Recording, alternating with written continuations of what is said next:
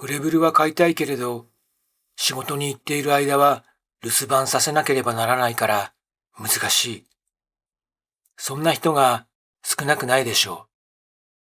う。僕もそうでした。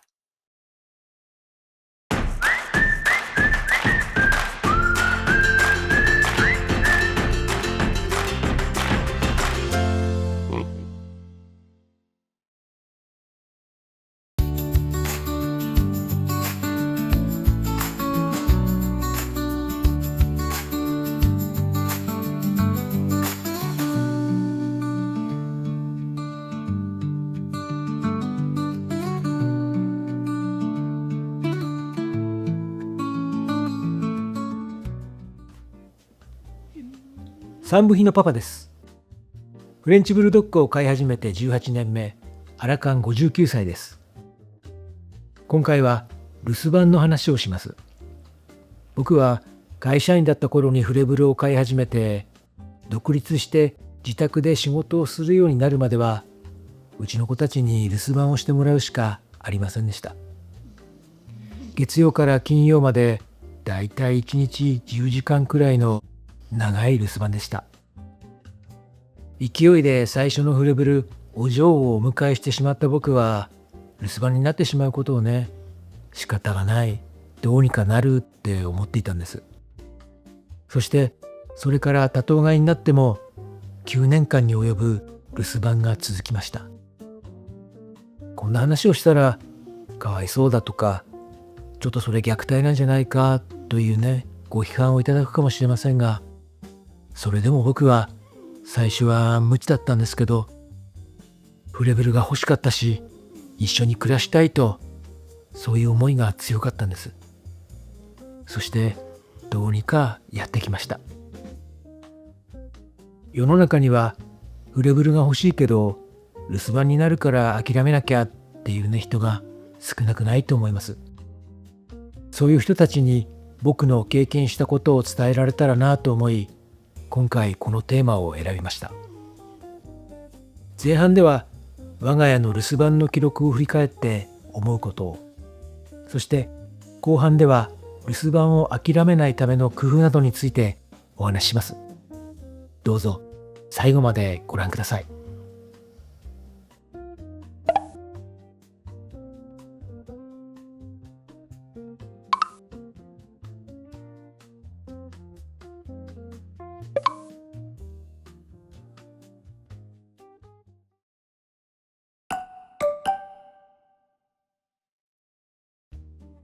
僕はフレブルを飼い始めた当初から茨城県に引っ越して会社員を辞めて独立するまでの9年間、長い留守番をさせていました。これは紛れもない事実です。ただ幸いなことに、その長い期間の中でうちの子たちが事故や病気などの不測のね事態になったことは一度もありませんでした。これは本当に良かったです。うちの子たちとね言いましたけど、正確には都内で1年間お嬢がね一人きりでお留守番になり、そして茨城県にね引っ越してからは小町が加わって2匹で5年間、その後にボンが加わって3部品になってなんですけど、そこからね半年ぐらいでお嬢が亡くなってしまったので、小町とねボンだけの2匹で、2年くらいのお留守番でした。もちろんね、お留守番をさせるのがね、いいことでないのはね、分かっていました。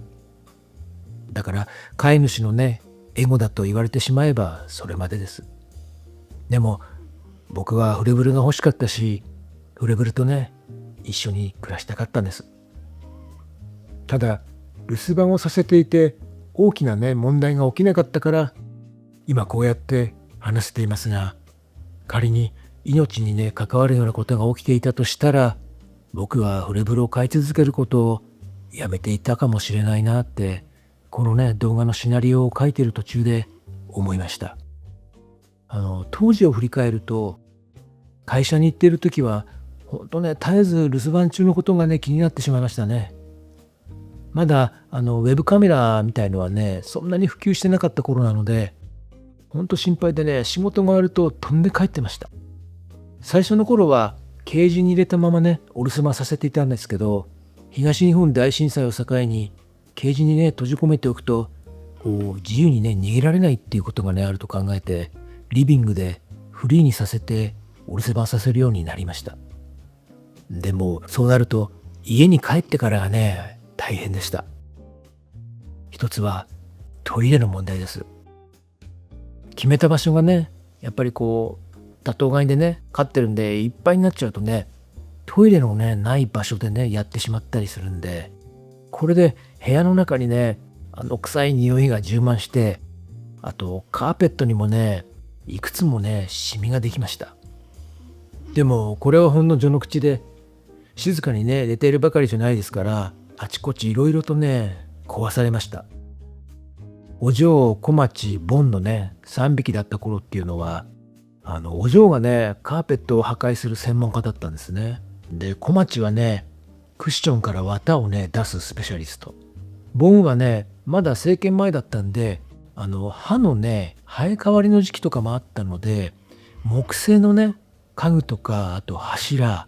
壁とか、とにかくね、あちこちかじられました。だから、夜にね、僕か妻のどちらかがね、先にね、家に帰ってくると、着替えることがね、できないまま、祭りの後のようにね、散らかった部屋の中をね、小1時間かけてね、片付けるのがね、ほんとね、日課になってましたね。で、それからね、ちょっとして、ウェブカメラをね、導入してね、様子がね、こう見られるようになったのはね、良かったんですけど、これがまたね、ちょっとこう切ない気分になったっていうのがありまして、それどういうことかっていうと、夕方ぐらいに心配でウェブカメラを覗くとね、もう暗くなってるんで、その真っ暗なね、部屋の中で3匹のね、目だけが光って、外をね、見てるんですね。僕らの帰りを回ってるんですね。それを見たときはね、ほんとね、なんか申し訳ない気持ちになったのをね、覚えてます。で、多分これがね、僕が留守番をね、どうにかしなきゃなって考え始めたね、きっかけだったのかもしれません。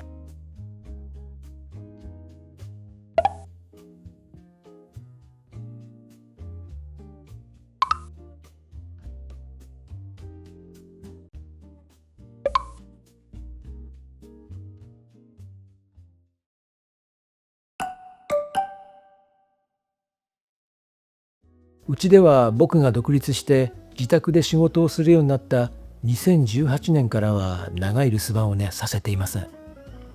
どうしても夫婦で外出が重なってしまう時とかがあるんで、そういう長くても半日くらいの留守番がね、月に1回あるかどうかぐらいですね、今は。あとは僕が撮影とかで丸1日外出に、ね、なってしまうっていうのが、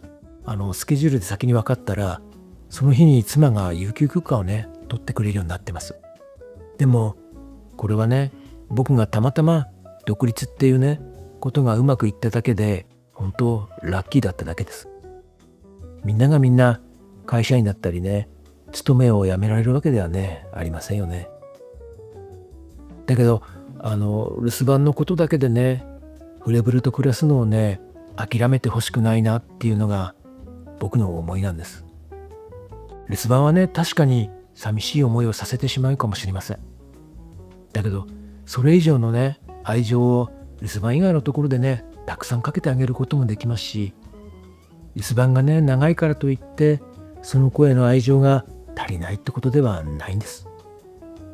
仕事から帰って部屋を開けた時のね、彼らのこう、ものすごい喜びに満ちたね、顔とか、お尻をね、こう振り振りしながらね、飛びついてくるっていうね、その姿はね、本当何者にもね、変えられません。本当ね、一日の嫌なことも疲れもね、全部吹き飛んできました。だから留守番させることだけがネックなら、フレブルをね、諦めないでほしいと思います。もちろん留守番をね、させるための用意や備えは十分にやっておく必要があります。我が家の場合は留守番させていたね、当時から、今でもそうなんですけど、こんなことやってます。ウェブカメラを設置しての見守り、エアコンでの室温管理、エアコンのリモート操作ができるようにすること、あとはお天気情報のね、確認です。特に夏場の留守番では、室温管理と停電対策がね、必須になります。詳しくはこちらの動画をね、参考にしていただければと思います。あと、飲み水とね、トイレシートについてもちょっと工夫が必要ですね。飲み水は、モーターでね、循環するタイプの水飲み機みたいのがあるじゃないですか。あれをね、使ってる場合っていうのはね、留守番の時はやっぱりこれとは別に、ただ容器にね、水だけ入れたやつをこう置いといた方がいいですね。なぜかしたら、モーターがね、突然止まってしまうってこともあるんで、その対策です。トイレシートについては、特に多頭飼いの場合は、シートをね、置く範囲を広めにしておくのがね、いいですね。フレブルって同じシートにね、二度としないじゃないですか。そういうのもあるんで、うちは2箇所にね、結構広いスペースを取って置いてました。それでもね、はみ出したりね、違うところにね、してたりしたんで、本当ね、大変でした。あと、いたずらとかね、破壊工作については、壊されちゃね、いけないものっていうのは、やっぱり届く範囲にはね、絶対に置かないってことですね。あと、カーペットやクッションについては、これはもうね、諦めて、やられてもね、いいものに変えといた方がね、無難です。あと、うちはね、ボンに木製家具をね、かじられたことからね、かじられそうなものはね、全部スチール製にね、買い替えました。あと、おやつとかね、そういうのはうちは留守番中にはね、用意はね、しなかったです。ただその代わり、朝ごはんをね、しっかり食べてもらう。それでね、結構たまに食べない時があるんですけど、そういう時はね、食べられるもの、おやつだとかね、チーズだとかね、何でもいいんでお腹が空かないように、あげておくっていう風にしてましたね。こんな感じです。